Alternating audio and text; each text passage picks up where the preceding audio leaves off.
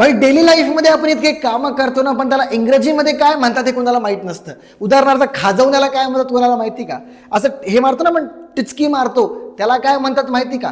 धुण्याला काय म्हणतात माहिती का? अरे काहीच माहित नाही. त्याच्यामुळे मी तुम्हाला हे सगळे ऍक्शन वर्ब सांगणार आहे जे तुम्ही डेली लाईफमध्ये यूज करता. नमस्कार, माझं नाव संयम देशमाने आणि मी आपल्या सर्वांचं स्वागत करतो इन्स्पायरिंग इंग्लिश अकॅडमी छत्रपती संभाजीनगरमध्ये.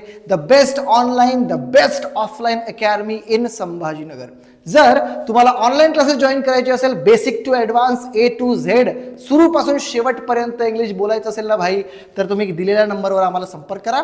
संभाजीनगरमध्ये राहताय तर मग आमची अकॅडमी तुमच्या जवळ आहे यार भाई, लवकर येऊन जा इकडे. Okay, let's start the video. तुमचं काम काय, एक एक वर्बला, एक एक शब्दाला नीट लिहून घ्या, नीट समजून घ्या कोणत्या कॉन्टेक्स्टमध्ये त्याला यूज करतात आणि try to use it guys. त्याला यूज करायचं ट्राय करा. सगळ्यात पहिला शब्द आहे तुमचा खाजवणं. आता मी हात खाजवतोय, या खाजवण्याला काय म्हणतात माहिती का तुम्हाला? खाजवण्याला इंग्रजीमध्ये म्हणतात स्क्रॅच. स्क्रॅच हा व्हर्ब आहे. तुम्ही याला ING लावू शकता, ED लावू शकता. उदाहरणार्थ स्क्रॅच, स्क्रॅच्ड, स्क्रॅच्ड, स्क्रॅचिंग. उदाहरणार्थ I am scratching my hands. यार मला खाजू येते, I am scratching my hands. त्याला त्याचे हात खाजवले, ही स्क्रॅच्ड हिज हँड. पुढचा शब्द आहे गुदगुल्या करणं. भाई गुदगुल्या करण्याला काय म्हणतात माहिती का? गुदगुल्या करण्याला म्हणतात टिकलिंग, TICKLE. टिकल म्हणजे गुदगुल्या करणे. यार डोंट टिकल मी, यार मला गुदगुल्या करू नको यार. ती बाळाला गुदगुल्या करत आहे, शी इज टिकलिंग द बेबी. तिनं मला गुदगुल्या केल्या, शी टिकल्ड मी. ठीक आहे, तर अशा प्रकारे तुम्ही टिकलचा वापर करू शकता. त्यानंतर वर्ड आहे थापटणे. तुम्हाला थापटणे म्हणजे काय माहिती का? भाई एक आई आपल्या लहान मुलाला थापटत आहे, म्हणजे थापटते ना, असं थापटते, झोप झोप झोप झोप. त्याला काय म्हणतात? त्याला इंग्रजीमध्ये म्हणतात स्ट्रोक, STROKE. ती लहान ती जी आई आहे ना, ती लहान मुलाला थापटत आहे यार. मग कसं म्हणणार? The mother is stroking the baby. तिची आई त्या लहान मुलाला झोपी घालत आहे, थापटत आहे. त्यानंतर वर्ड आहे वेव. वेव म्हणजे हलवणे. भाई कुणी तुमच्याकडे बघून हात हलवत आहे, हाय हाऊ आर यू. मग काय याचा अर्थ काय झाला की she is waving at me. WAVE, wave. Wave म्हणजे हात दाखवणे किंवा हलवणे. एखाद्या म्हणतो यार इकडे ये, इकडे इकडे ये. सो यावेळेस तुम्ही हात हलवता, याला वेविंग असं म्हणतो. So I am waving my hand. Don't wave your hand, की तुझे हात असे हलू नको. त्यानंतर दाबणे हा शब्द आहे. उदाहरणार्थ यार घराची घंटी दाब ना, घराच्या बाहेरची डोरबेल असते त्याला दाब. त्यानंतर फॅनचं बटन दाब. ठीक आहे ना. उदाहरणार्थ पेनाचं बटन दाब. तर या दाबण्याला काय म्हणतात? किंवा मोबाईलचे जे नंबर्स आहेत ते दाब. या दाबण्याला काय म्हणतात? तर दाबण्याला प्रेस असा शब्द आहे, PRESS. ते प्रेस नाही, त्याला आयरन म्हणतात. प्रेस म्हणजे दाबणे. यार प्रेस द बटन, यार बटन प्रेस कर, बटन दाब. ठीक आहे ना. प्रेस द डोरबेल, डोरबेलला प्रेस कर. एखाद्याला बुक्की मारणे याला काय म्हणतात? एखाद्याला बुक्की मारणे याला पंच म्हणतात, PUNCH. यार डोंट पंच मी, यार त्यानं मला पंच केलं, ही पंच्ड मी. त्यानं मला जोरात बुक्की मारली, यार ही पंच्ड मी हार्डर, की त्यानं खूप जोरात बुक्की मारली मला. सो बुक्की मारण्याला इंग्रजीमध्ये पंच असं म्हणतात.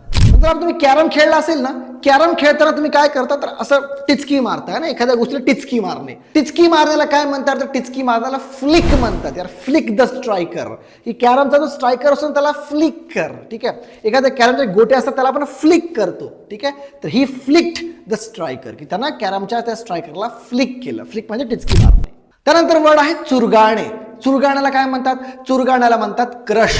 भाई त्यानं काय केलं? तर त्यानं पेप्सी जी कॅन असते ना ती क्रश केली. So he crushed the can. ठीक आहे ना. त्याला पेपर चुरगाळला, ही क्रश्ड द पेपर. अशा प्रकारे सेंटेन्स तुम्ही तयार करू शकता. त्यानंतर शब्द आहे धक्का देणे. यार कारला धक्का दे. यार कसं म्हणणार? की पुश द कार. यार पुश द कार.